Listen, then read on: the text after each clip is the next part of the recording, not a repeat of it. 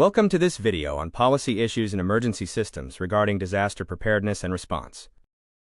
We will start by looking at the legal and ethical foundation, specifically aligning statutory mandates with clinical reality. In catastrophic surge events, policy must formally trigger the shift from individual-focused care to crisis standards of care, focusing on population outcomes. Clear legal thresholds ensure clinicians are protected when resources are rationed. To address medical legal liability, protective policy frameworks are essential. Key instruments include Stafford Act protections, sovereign immunity, and credentialing policy for rapid privileging of, Good Samaritan practitioners.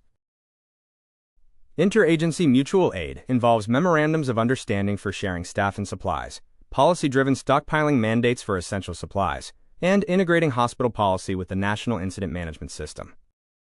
Surge capacity policy, known as the 4S's, covers staff and systems, including rapid deployment and leadership training, and stuff and space, allowing for regulatory flexibility for non-traditional clinical space use.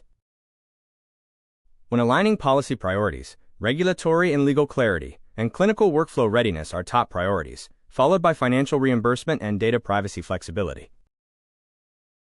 The goal of disaster policy is to provide the greatest good for the greatest number, when individual resources are no longer sufficient. Regarding health equity, disaster policy must proactively address the disproportionate impact on vulnerable populations. This involves ensuring linguistic access, mobility assistance, and equitable resource distribution to prevent the disaster gap from widening. The economic impact includes annual policy cost gaps exceeding $1 billion.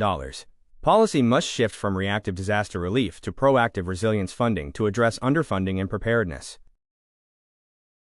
Future policy directions include codifying infectious disease triggers, aligning disaster medicine with climate adaptation, protecting digital resilience during grid failures, and institutionalizing ethics committees for real-time allocation advice.